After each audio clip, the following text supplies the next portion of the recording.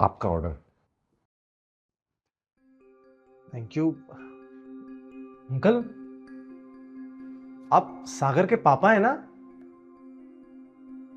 नहीं, मैं किसी सागर को नहीं जानता। अरे अंकल, मैंने आपको पहचान लिया है। आप झूठ क्यों बोल रहे हैं? नहीं बेटा, तुम्हें कोई गलतफहमी हुई है। मैं वो नहीं हूँ। अंकल, अगर आप इस काम की वजह से अपनी पहचान छुपा रहे हैं तो मैं आपको बता दूं कि मेरी नज़र में कोई काम छोटा नहीं होता। बताइए ना अंकल, आप सागर के पापा ही हैं ना? हाँ, मैं ही उसका बदनसीब बाप हूँ। अंकल, आप अंदर आइए ना। नहीं बेटे, मुझे भी और भी ऑर्डर देने हैं। मुझे देर हो जाएगी। कल बस 5 मिनट के लिए आ जाइए, आप इतने टाइम बाद मिले। आइए ना प्लीज। अंकल, लेकिन ऐसे कैसे कर सकता है वो? पता नहीं, लेकिन जिसके लिए सब कुछ किया, उम्र के इस पड़ाव पर अकेला छोड़ गया।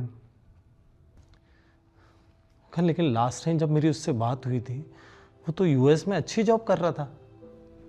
है तो अभी भी वो अच्छी जॉब में, लेकिन अब फर्क इतना है कि मुझे भूल गया है। कितने भी फोन करूं उसे, कोई रिस्पॉन्स नहीं देता। अंकल, तो आप इसी वजह से ये जॉब कर रहे हैं? और क्या करता बेटे, उसे पढ़ाने के लिए जो एजुकेशन लोन लिया था, उसे चुकाने में घर भी बिक गया। पेट पालने के लिए ये डिलीवरी का काम करता हूँ। अंकल, आंटी कहाँ है?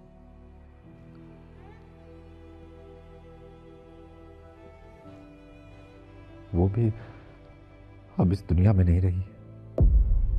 सागर की उपेक्षा का दर्द वो बर्दाश्त नहीं कर पाई, और सागर की उपेक्षा ने उन्हें अंदर ही अंदर तोड़ दिया। उसकी हालत इतनी खराब हो गई थी कि 1 साल के अंदर चापाई पर लग गई, और बस लेटे लेटे दिन रात उसकी निगाहें सड़क की तरफ रहती थी। यही कहा करती थी कि आज मेरा बेटा आएगा, आज मेरा बेटा आएगा। लेकिन उसके बेटे को कहाँ आना था, और बस यही रटते रटते इस संसार से चली गई। अंकल, मैं तो सोच भी नहीं सकता कि सागर ऐसा करेगा। मुझे सच में उस पर बहुत गुस्सा आ रहा है। अभी उसे फ़ोन लगाता हूँ, उससे बोलता हूँ कि तू कैसे नहीं रखेगा आपको। अरे नहीं बेटे, ऐसा मत करना, मत करना ऐसा। मैंने तो कसम खा ली है कि अब अगर आकर वो मेरे पैरों पर सिर रखकर भी बोलेगा ना मुझसे साथ चलने को, मैं नहीं जाऊंगा। अरे जिसकी वजह से मेरी पत्नी चली गई, मेरा घर चला गया, मेरा सब कुछ चला गया, अब उसके साथ क्या जाना। मैंने तो सोच लिया है कि मेरी कोई औलाद ही नहीं थी। अंकल, लेकिन आप ऐसे काम कब तक करेंगे?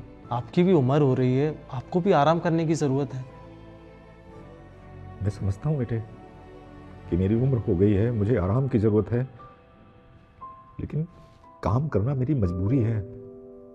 मेरी हालत ऐसी है बेटे कि अगर मैं एक दिन इस काम पर ना जाऊं तो मुझे शाम का खाना मिलना मुश्किल हो जाएगा।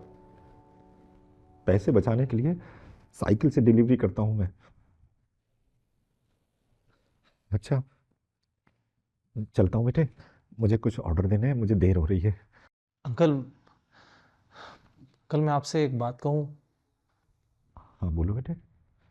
अंकल, आप मेरे साथ यहाँ रुक जाइए ना। आप तो जानते हैं कि अब मेरे मम्मी पापा इस दुनिया में नहीं हैं। उनके जाने के बाद मैं बहुत अकेला हो गया हूँ। आप यहाँ रुकेंगे तो कम से कम मुझे एक पिता का प्यार मिलेगा। वो तो ठीक है बेटे, लेकिन ऐसा कैसे हो सकता है। अरे अंकल, क्यों नहीं हो सकता? अब ये जानते हुए कि अब आपके पास भी कोई नहीं है, मैं आपको ऐसे कैसे जाने दे सकता हूँ? और आपको यहाँ कुछ करने की ज़रूरत नहीं है अंकल। आपके आशीर्वाद से मेरा बिजनेस बहुत अच्छा चल रहा है।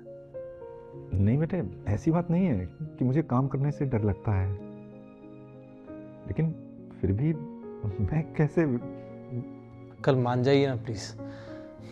एक बेटा तो आपको इस तरह छोड़कर चला गया, उसकी आपने हर जिद पूरी की। अब एक बेटा आपको अपने साथ रखना चाहता है, तो उसकी एक छोटी सी बात मान लीजिए।